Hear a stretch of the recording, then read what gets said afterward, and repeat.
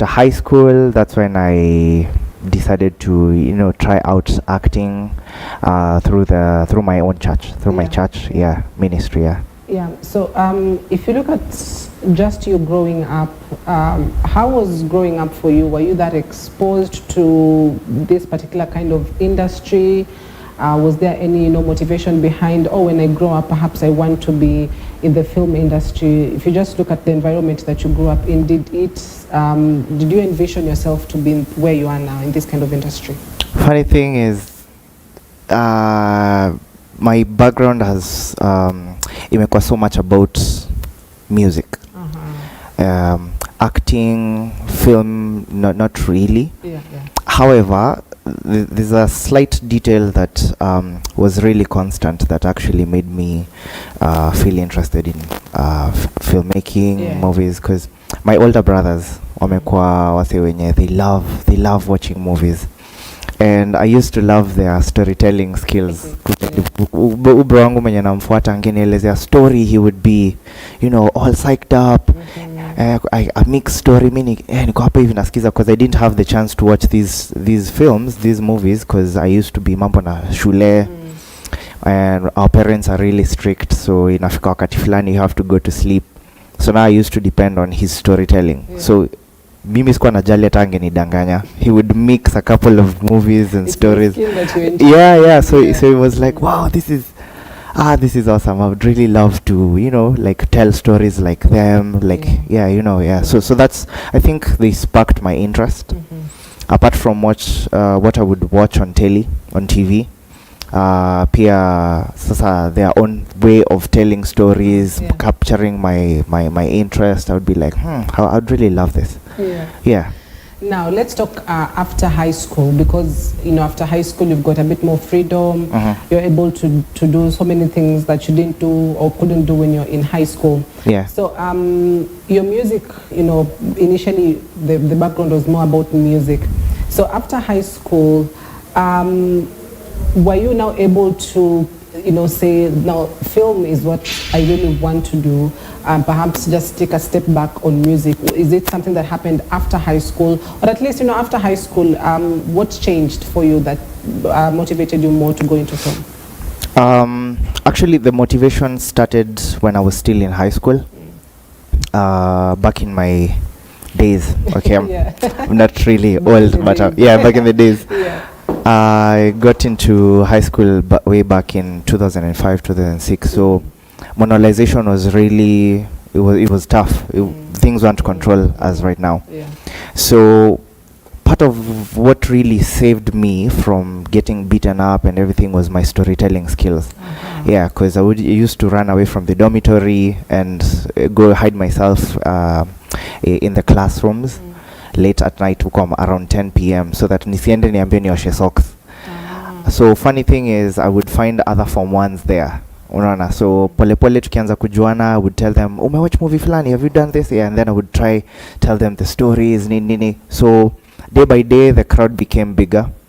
And after some time ikaleta shida, and I would kukakuwa na shortage ya form ones wa kuosha socks na mashati.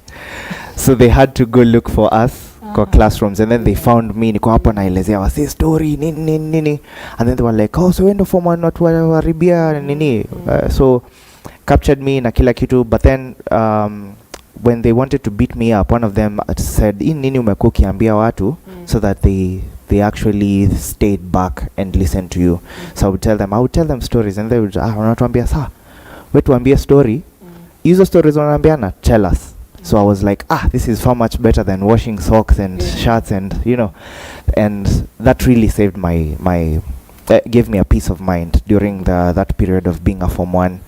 So when I noticed that I would get even older friends from form 4s, form 3s, they'd be like, si sumboyo form 1, si sumboyo mono, inile yetu ya stories. So I would like, nice, this is nice. Now that I could talk, people would listen to me, I could present a movie. Alafu najua ni ile shule za ushago, so even if you mix some movies hapo wadanganya wataelewa, and then I'll be like, this is so that carried forward to after high school, when I got into a program in my church, Deliverance Church Umoja. After high school, that's where we would come together, be taught about leadership, discipleship, and then there were a couple of other different programs inside there, as a creative ministry, so I would find many people a little bit shy. They couldn't talk in front of people and stuff, and then I was like, it's okay, I could maybe represent my group. So I quickly rose into being known because of that confidence that actually came from way back in high school. And so after high school is when you're able to now get more exposure. Yes. And you're able to just rise up more than perhaps how you were even before that. So if you could think about the first projects that you worked on, because now you're moving from just being a storyteller by mouth, but now you're going to storytelling through telly and through film. So if you look back to, perhaps we can begin with the transition now. When did that come for you and how was it?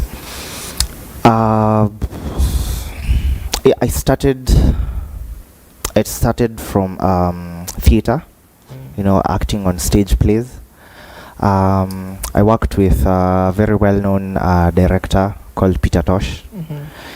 So he made me understand the whole aspect of how do you present yourself on stage, because stage is very different from screen.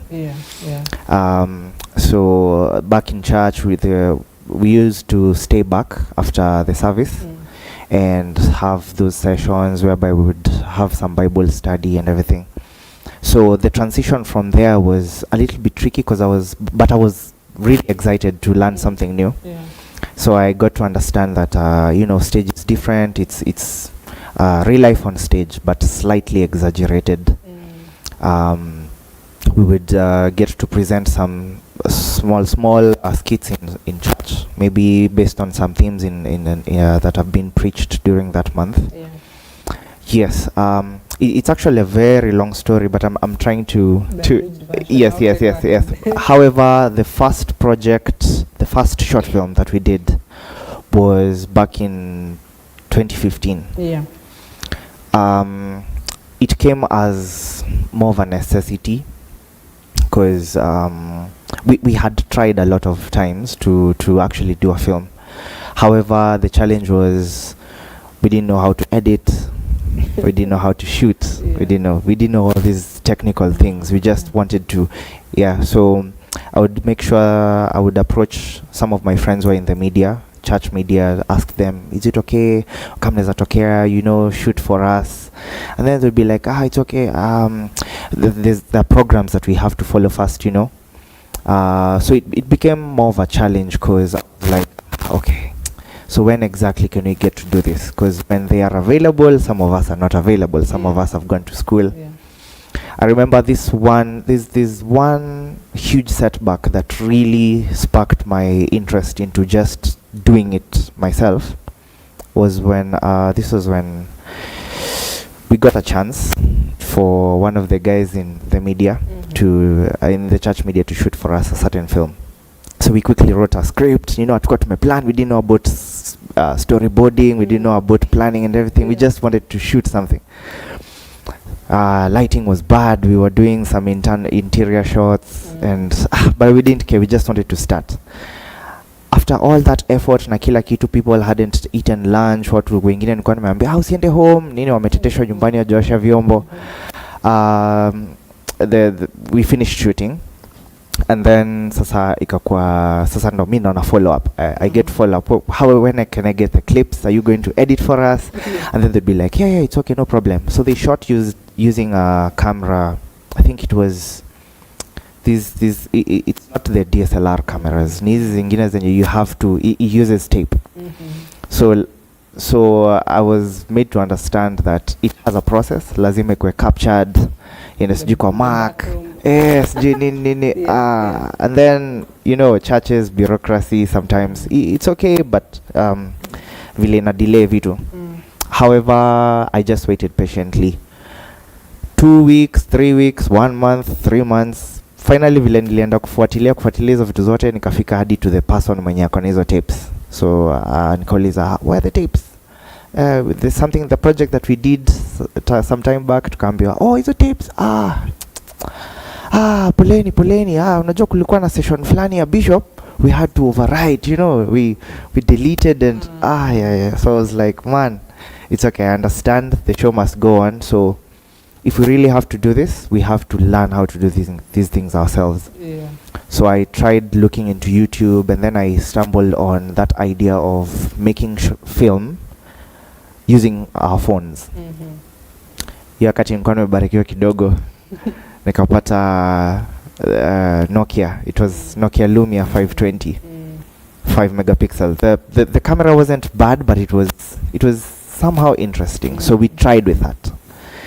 And that was when we created our first film using that phone. It was really challenging. Many people didn't know about shooting, editing, so I had to do all those things myself. Na shoot, kama kuna scene yenye siko hapo ndani, I get to tell my friend, hebu shikilia hivi, make sure the frame kichwa yangu iko hapa, isijae, you know. And manual explanation. Yeah, manual explanation. And then after shooting, I would pause, go back and check and see, hata alisahau alikuwa na watch show, kwa hivyo wameenda kando, so we have to repeat, battery going low, telling people, okay, we have to charge the battery. Anyway, finally the film came out after a couple of months, because immediately after shooting I didn't have a computer, I didn't have Wi-Fi. So I had to the little change yenye unabaki nayo ukishatumwa kununua mkate, alafu naambia baki na hiyo 20 bob. Hiyo 20 bob ndo naenda nayo kwa cyber, and then in those naangalia tu hiyo time before ishe, I would, you know, explore in YouTube how to edit, what are the softwares that you need. Took some time, edited, nikajikaza, and then finally when the film came out, with the help of some of my other friends, wenye tulikuwa tunaenda kuedit overnight, that was when our first film tulifanya. It was called Nemesis. It was supposed to be a web series, 3 episodes. Vile tulingangana kutengeneza episode moja, niyo tu ndio imebaki hadi leo. However, it made people realize that, wow, so it's possible to make films through phones. Wow, so ikaleta watu sasa. Yeah, it brought in more people and more help. Yeah. So later on we'll focus on just that particular line that you've talked on. It is possible to make film through phones. Yes. Because from your story you worked with what you had. Yes. And it is that bad experience that changed everything, that, you know, made you realize, you know, we've got to do this ourselves. Yeah. So you also talked about working on theaters and stage plays. Perhaps you can also tell us a little bit more about that side and how that has been for you, because a lot of people, you know the experience from high school, the dramas and how they would scream and on stages. Is there any difference from that and the real world theater and stage plays? Yes. There's a huge difference.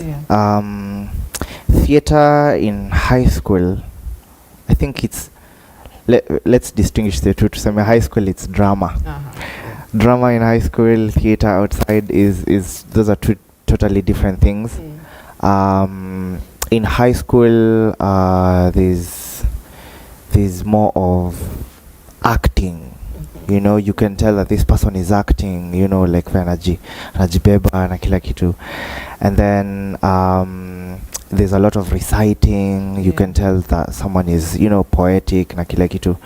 And then now theater outside here, you're trying to appeal to a different a mixture of audience here. Experienced ones, kuna actors and actresses bado in your audience wanakuwatch, and then you could see their faces cringe vile umeact scene flani. So you'd be like, wow. So yeah, so they're two totally different things. And I could say it's far much fun to do theater outside. High school ilikuwa na mambo mingi about ku memorize, ku cram, kushika kitu flani. I didn't even know, I thought acting 100% has to be kenyeko kwa script. I didn't know you could actually ad-lib and go outside the script. You know how the way you explain to the audience, actually show the audience vile understand that character that you're doing. I came to understand later that it also depends on the type of director that you have. Kuna wale wanataka whatever is in the script ni hiyo, stick to it. Yeah. And then there are other ones that are just like, I just want you to own that character, as long as you don't go too much outside of the whole concept of that. Yeah. So I think that's the huge difference that I noted. So for you working in theaters and in stage plays, how would you say that has changed your mindset or at least your thinking on just how the film industry or the movie industry is? How has that working in that particular kind of stage changed it for you?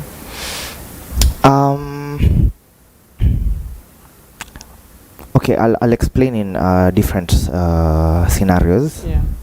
I'd first of all start in my personal life. The way I've understood, it's actually it may come in handy sana from how I get to carry myself in places that I'm not sijazoea. Let's say, for example, job interviews. Yes. I'm curious about that. Please do tell. Yes. So there is something that my director Peter Tosh alikuwa ametuambia, like make sure you own that character. Make sure you and I would mix that with storytelling ya my brothers. Vile venye sometimes akielezea movie iko emotional, he would anakunja face na kila kitu. So I was like, okay, so you can actually get to switch in between characters. So imenisaidia upande wa maybe job interviews, design. Kama when I'm going there, before nifike pale, I'm so nervous. Me as Peter Sticks, I am nervous. How about I switch to Brian? Brian is this confident character. He's confident. He's going for a job interview about IT. So he has to, sit upright, have a certain posture, look at, have a strong eye contact, laugh, Yes. So that has really helped me in presenting myself in front of people, job interviews, meeting new friends as well, getting out of trouble at home. So yes, there's that side, and then this other side, how it's changed my perception about filmmaking in Kenya. I think we've really grown when we get to compare the films and shows that we used to watch kitambo, akina Tahamaki or Tausi, Kisulisuli. As you can tell, mimi ni mzee. But anyway, so yes, I can tell that transition from both the actors, the actresses, the production quality, the writing has really changed. So it's really encouraging to see that there's growth, and at the same time kuna ile aspect ya a little more can be done if some things can be changed, like ile mambo ya ndo uweze kukua kwa show flani, you don't have to know people, I think it's way better if people would ask hata kama hauna hizo papers, because it's not many people who've been able to go to film school or had the privilege to have a mentor or be discipled in a church, but they've taken part in many projects, many independent projects, many indie films. I think inaweza kuwa poa sana if you ukiweza kuuliza, so what have you worked on since you left out of high school? Can we see videos that you've done? Do you have them on your phone? Are they on Vimeo? Are they on YouTube? And then when you get to show what you have done, hiyo ndio iweze kutumika kukuvalidate, as opposed to utatoa ngapi? Do you know? So we still have a long way to go, but tume grow sana as a filmmaking industry in Kenya. So let's talk about growth from an individual point of view. From the first project you worked on, if I got the name right, was Nemesis. Yes. So from that project, which was your first, to now the projects that you have been doing, perhaps you can take us through these projects and now the growth from, you know, the first one, which is just one episode, to now what you've been able to do so far. Oh yeah. Personally, I've really grown in terms of my skills in directing. Yeah. Because I had to be in lots of situations whereby there are new characters, new people coming in from different backgrounds. You know, being in the creative ministry in church, you get to it's an open space whereby kuna new members wanaambia who wants to join creative ministry, it's okay, see someone, see Peter Sticks, and then you get So to join. You brought it to church also? Yes. Actually 100% tunafanyia church. Yes. The team is called Baraka the Arts. And we usually listen to the preachings that have been zinasemekana church, the themes. We take down the notes of the preachings, and then after church, when we have the sessions whereby we get to fellowship, we discuss, what did you understand by this preaching, what did you, and then from there we get to create stories. So that at the end of the month, before the theme changes, we get to we're privileged to be given a chance, maybe 10 minutes of the session of the time ile inafaa kwa preaching. We create a film or a skit enye sasa kukitokea, let's say a new member joins church na hajawahi kuwa kutoka hakuwa hiyo time yenye kutoka mwanzo the theme ilianza. If they get to watch that skit, if they get to watch that film, they'll actually get to understand what was being taught. So imekuwa ikisaidia that way. Tumeweza kugrow sana in terms of production, manenos, directing.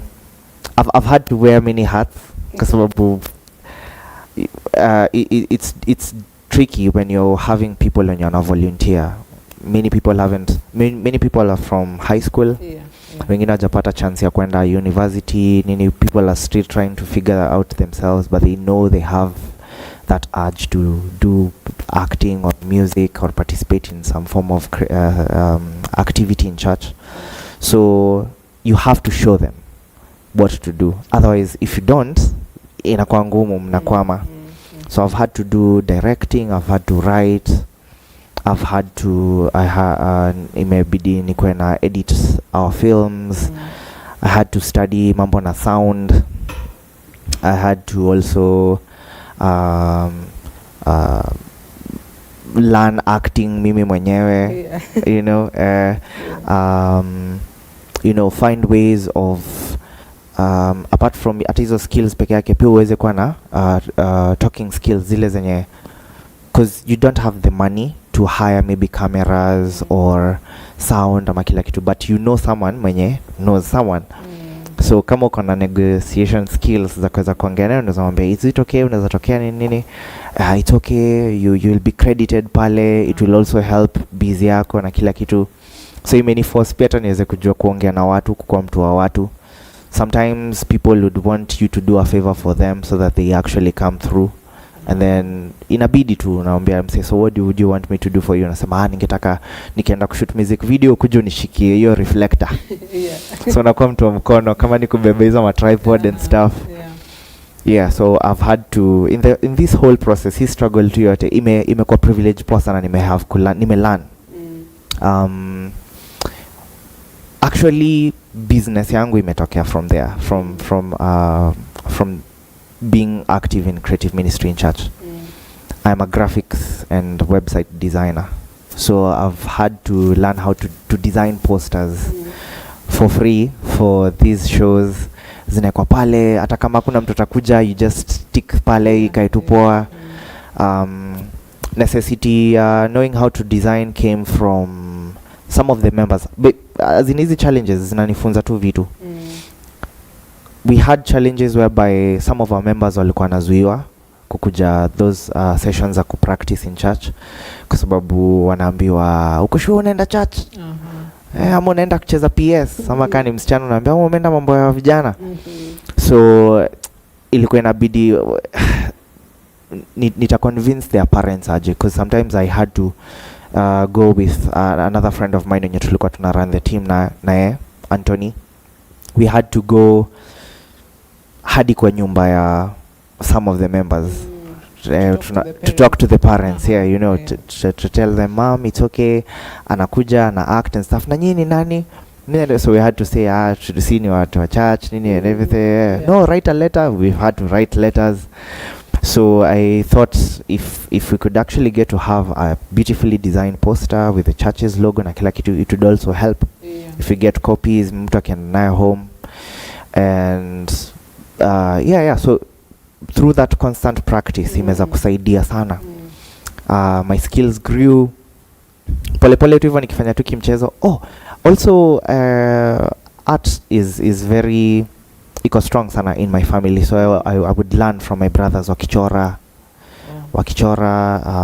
hiyo mambo na acting and stuff. So nilikuwa najiuliza so how can I sasa hizi posters nitakuwa nachora ama I have, so I get nika realize kumbe unaweza create using computers. So I transferred kuchora now into digital design. Pole tu hivyo, maybe as tukiendelea kujulikana hivyo, a member would be like, and who designed this poster? This is nice. And then be like, Peter Sticks. And who Sticks? That is Sticks. What does Sticks? Vijiti. No, it's not Vijiti. It's not CKS. It's double X. Anyway, so other the name pia imesaidia kuweza ku bring up conversation, would laugh, and then be like, I'd like you to do something for me. How much do you charge? And then I'd be like, oh, so hii inaweza kuwa biz. Wow, yeah. So I also got to understand that, you know, God finds ways of paying you back. You not necessarily at church kulipe because unaifanya voluntarily, but hizo matime zote umekaa ukiwa na njaa, ukiwa unapatia time yako to ministry, somehow atarudisha tu poa, you know. So a business grew out of it. Nikaweza kukuwa na create posters for clients, and then I would get some money.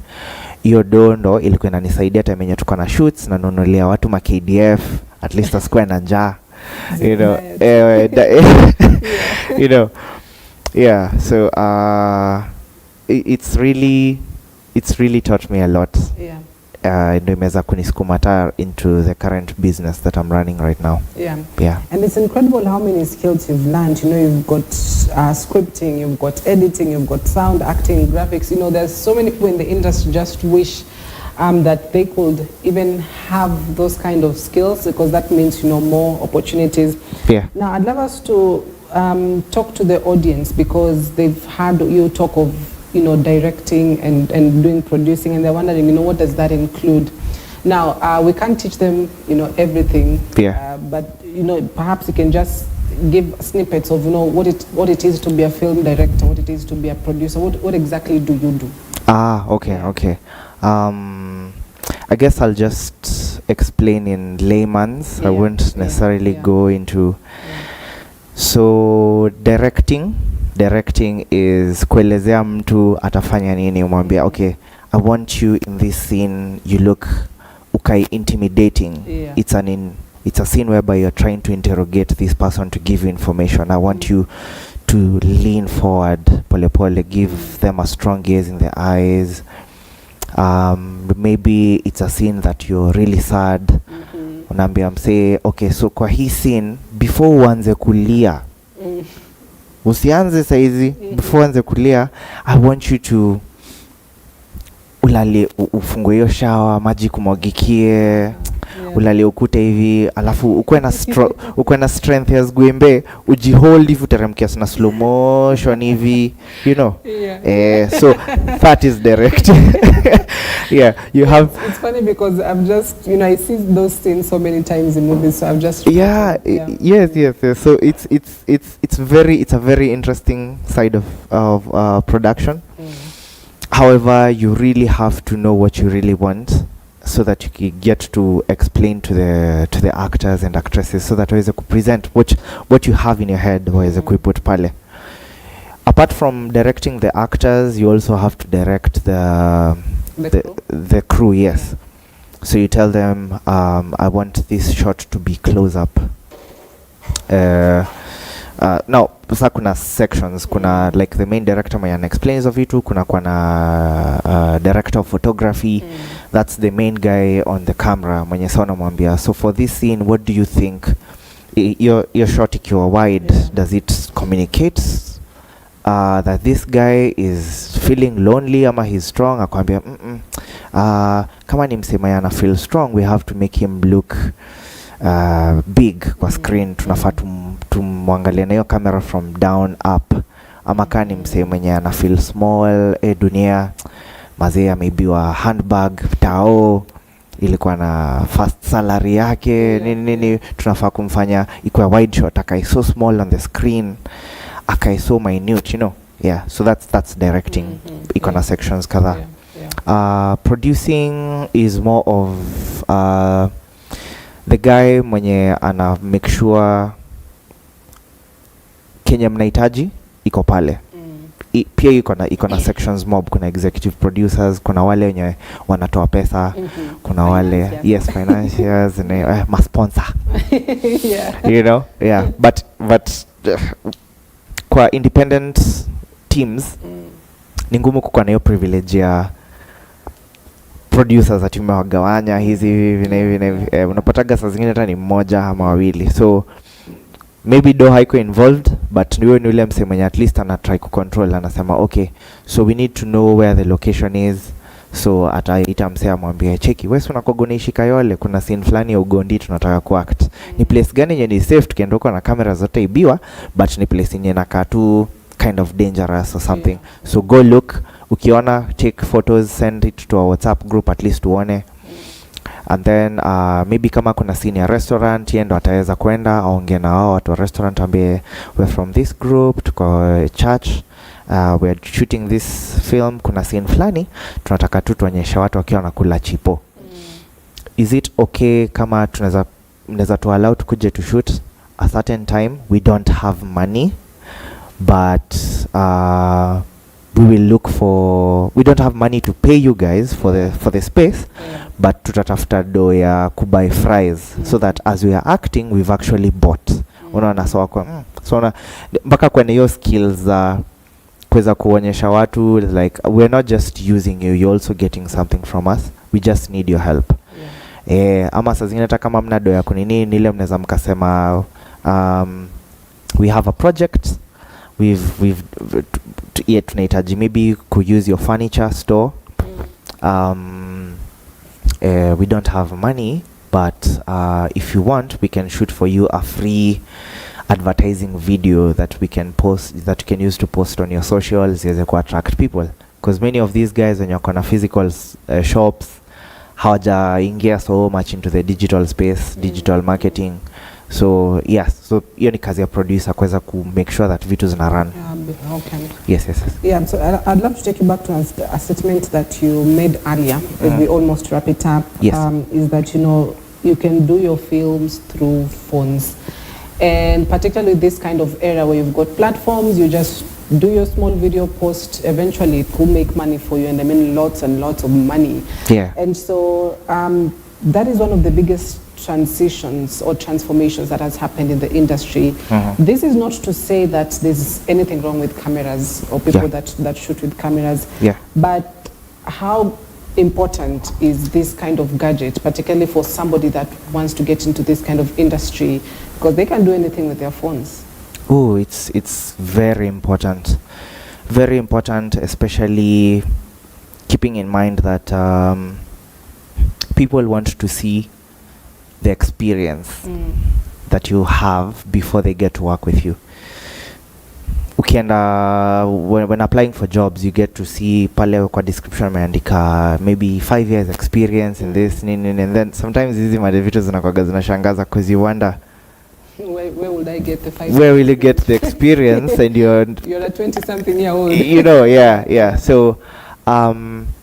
So sahi experience unaweza kuipata through independent projects, and thank God the technology has really advanced kushinda zizo matimes huko 2014 2013.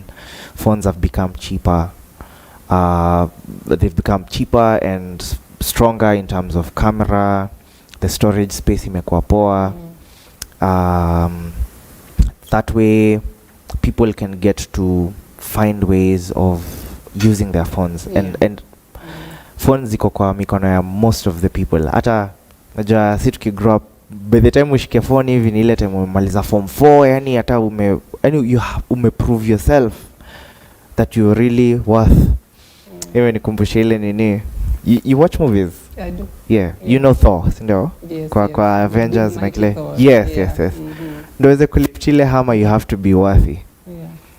During our time maze kukuwa na simu maze, you had to be worthy bana. Yeah, so mpaka kumefanya chores zote na kila kitu, mzazi amejua huyu wacha tumpatie simu, na ile simu unapata si smartphone, si anyway, so zile za kifutika. Anyway, it's okay, that's a long story for another day. But sahi kuna phones mob zimetokea, there are many companies competing against each other, so inakuwa an advantage to us because we get to have a variety of phones to choose from, and apps pia zimetokea zenye unaweza uka-edit. These days you don't have to do everything on your computer. I remember there's this one project that we did after Nemesis. You know, during time we are shooting Nemesis, people didn't believe that we could actually shoot a whole film on phone. So actually before we did Nemesis, I had to shoot another small film and then convince them it's possible. And then they were like, oh yeah, baby, okay, so let's try. So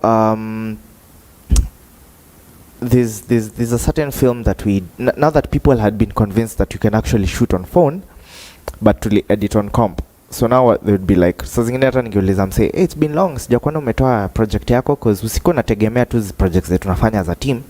Pia you as an independent artist, you could be working on something, you know, work on yourself, so that ukikuja hapa we get to see what you've been working on at home, in school. And then they'd be like, ni vile sina comp. Naambia, no, you have the phone, you can shoot. Nasema, yeah, it's okay, I can shoot with my phone, but I don't have a computer to edit. And then that sparked something else. We have to show people. And there's a challenge that I did. We shot a small film, It's Him. It's 100% shot on phone, 100% edited on phone itself. Kuna tumia another app yenye inaitwa KineMaster. Yeah, so everything from the sound effects, the soundtracks, everything. Kama ni download from YouTube, una try to figure out how do I download soundtracks from YouTube. Unatumia SnapTube, okay. Una upload, una realize kumbe kuna vitu kama copyright strikes. I didn't know there are copyright strikes. So you can't monetize it. And then you're like, it's okay, we don't have to wacha to practice. Ikifika point yenye tuko strong now, we have a very huge project yenye it's okay. That's when we can, you know, create stuff from royalty free content that we won't be copyright property copyright strikes. Yeah, so it's possible for people to make films using their own phones. Technology has really advanced. People have really grown. Households have changed. Wazazi kitambo walikuwa nazuia sana watoto wasi watch movies ama nini. These days the parents are young, so they're like, hata wao ndo wanakuja na series home na wachapo na watoi, so watoi wana grow akijua okay. Kwa hivyo sasa kama ni scene, kuna my nephew once alikuwa ametushtua sana. Nephew yetu mdogo aliruka from one building to the other akiwa juu kwa sababu ya watch Spider-Man. Akwa like ameambia watu Spider-Man alafu karuka cha. So bro wangu anafika home anaambia, wow, unajua mtoto wako aliruka kutoka kwa hii ceiling building to the other. Guy, thank God hakuanguka. Nini limu influence films, you know? So there's also power in what we watch. What, you know, it's I think nimeenda outside hiyo mambo na yeah, but anyway, yeah, it's very possible to create films using phones. Yeah. So I'd love to give you the final word to just wrap it up, because we're out of time. So in like a few seconds, just do tell us about what your vision is. Where do you see yourself in the future? We've got, you know, the industry is growing, as you've said. Kenyan movies, you can now watch them in the biggest streaming sites across the world. So in a few seconds, what is your vision? What are you looking forward to the future? I'm looking forward to a future where churches really get into filmmaking, and many people get mentored and discipled into making Christian films. Hata kama si Christian films, ikuwe ni films with meaningful filmmaking, where people won't feel discouraged just because they haven't gotten a chance to join a school, where people can be confident enough to make independent films using their phones, their friends, pamoja. I'm looking forward to a future where filmmaking itakuwa really appreciated by the government, really mpaka immensely, in a way that probably hata some taxes zikwe lifted off, yani iweze ku encourage more people to come and do filmmaking in our country, more chances for young people to get featured in these films, because we've got many talented people. I'm looking forward to a future where mambo na corruption itaisha sector sana sana ya filmmaking, whereby si lazima tuko na jua mtu ama nini ndo uweze kupata a chance, where your skill will actually speak for you. And I'm looking forward, my vision is currently where I am, what I have been able to learn niweze kufunza wase wengi waweze grow, and they get to disciple other people, and tuweze kuwa tuna meaningful films as natokea Christian films, quality Christianity, quality Christian films. Christianity sikuwa tu associated with mediocrity, atusema Christian films hazina hata umfama historically, you know. Yes. All right. So thank you so much, Peter Mugambi, Elias Sticks. I think I should just call you Peter Sticks. For coming in this morning to shed more light about this interesting industry of film. He's a film director, a producer, has got his skill sets on editing, scripting, sound, acting as well, and graphics. So asante sana for coming in. Thank you so much, to shed more light on this. So if you've missed this broadcast, you can rewatch it on our social media platforms on EBN TV. If you'd love to get in touch with Sticks here, you can always send us an SMS through our SMS line, and we'll be able to help you as much as we can. So have a wonderful day ahead. My name is Cynthia Nanjala. Blessed morning.